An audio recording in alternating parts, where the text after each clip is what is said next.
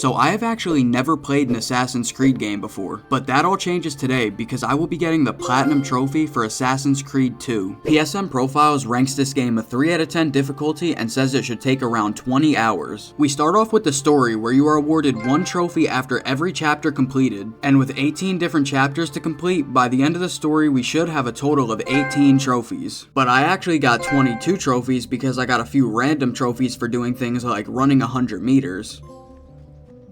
Now with the story being completed, we still had a lot of miscellaneous trophies to get, and I separated these into 3 categories. We have combat trophies, collectible trophies, and random trophies. I started off with the combat, and there are a total of 8 trophies in this category. I started off by getting the trophy Street Cleaner for throwing 5 dead bodies in a bale of hay. I then went for the trophy Mezzer Sandman for stunning 4 guards at once by throwing sand in their face.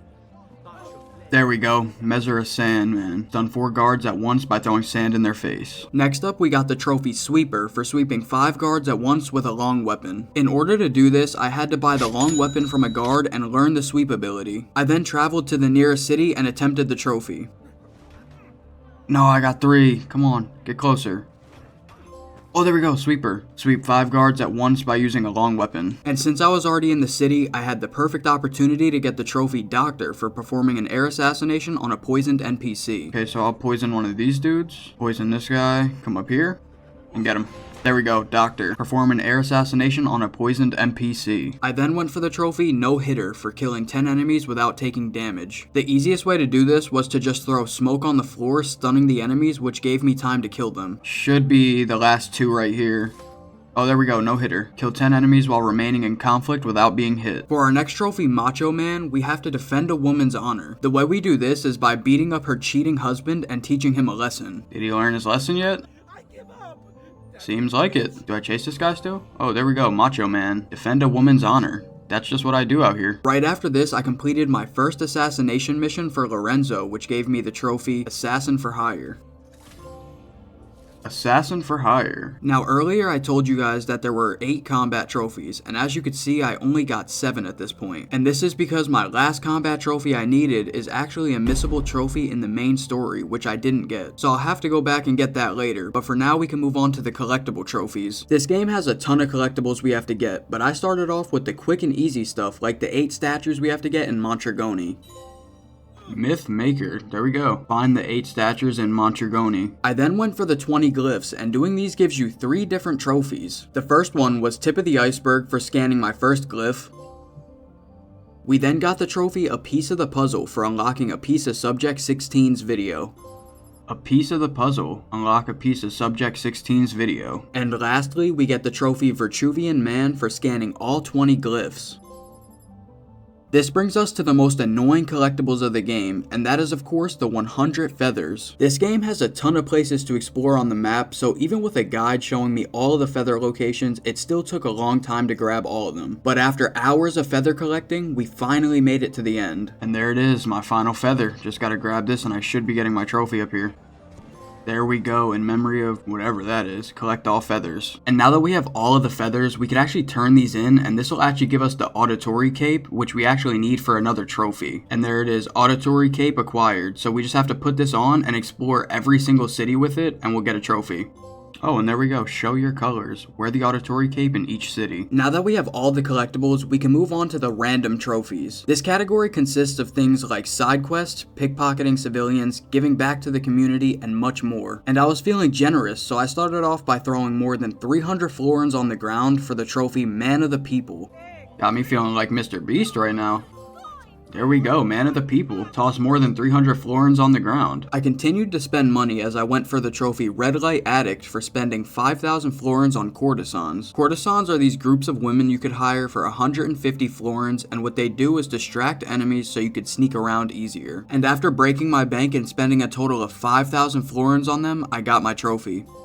Hey, there we go, Red Light Addict. Spend 5,000 florins on courtesans. Since I was already spending all my money, I figured it would be the perfect time to get the trophy Art Connoisseur for buying a painting in Venice and Florence. These paintings weren't too expensive though, so it wasn't that bad.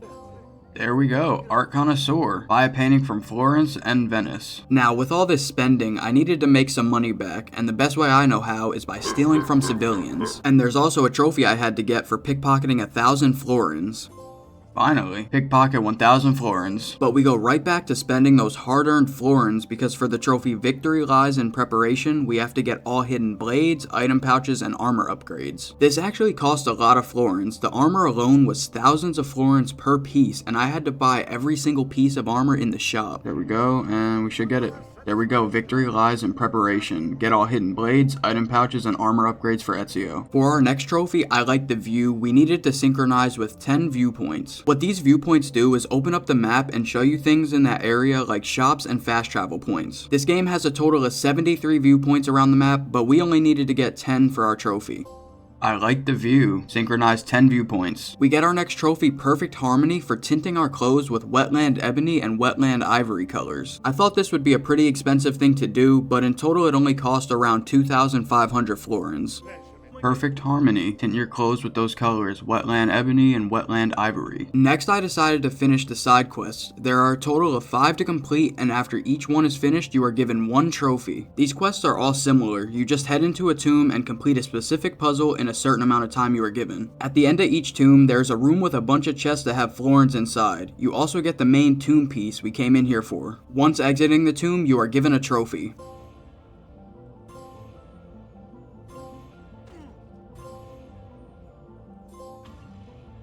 For our next trophy, Podesta of Mondragone, we have to reach 80% of our stronghold's total value. Now, the way we move our stronghold's value up is pretty simple. We just have to renovate a bunch of buildings in the stronghold with florins. And these renovations are not cheap. They can cost anywhere from 1,500 to 12,000 florins. And when I started going for this trophy, I only had 39% total value and I was completely broke, so I couldn't renovate anything. Now, in our stronghold, we have a chest that gives me florins every 20 minutes. And of course, the more value your stronghold has, the more money you get. So my plan was to just AFK around this chest until I got enough florins for the renovations and get my trophy.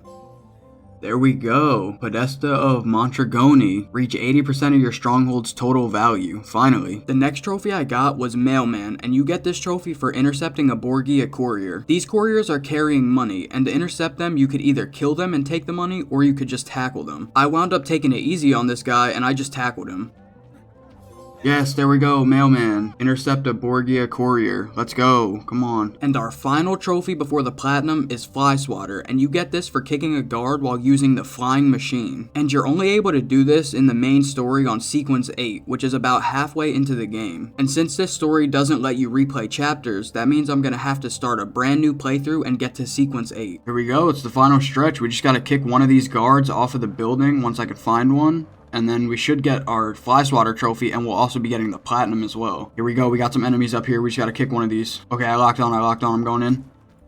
There we go, we should get the trophy for that. Fly Swatter, there we go. Kick a guard while using the flying machine. Master Assassin, unlock all trophies. There we go. Now, for those of you wondering, this game actually took me a little bit under 40 hours to platinum, which is almost double the time that it says it should take. Now, after getting this platinum, I don't really know if I'll do another Assassin's Creed game. I really didn't enjoy this one. Maybe it's because it took so long. But if you guys get this video to 500 likes, I'll go for the platinum on Assassin's Creed Brotherhood. But if you did enjoy today's video and would like to see more, make sure you subscribe with post notifications on so you never miss out on another amazing platinum video like this one. And also, comment down below some games you'd like to see me platinum in the future. But with all that out of the way, I'll see you guys in the next one.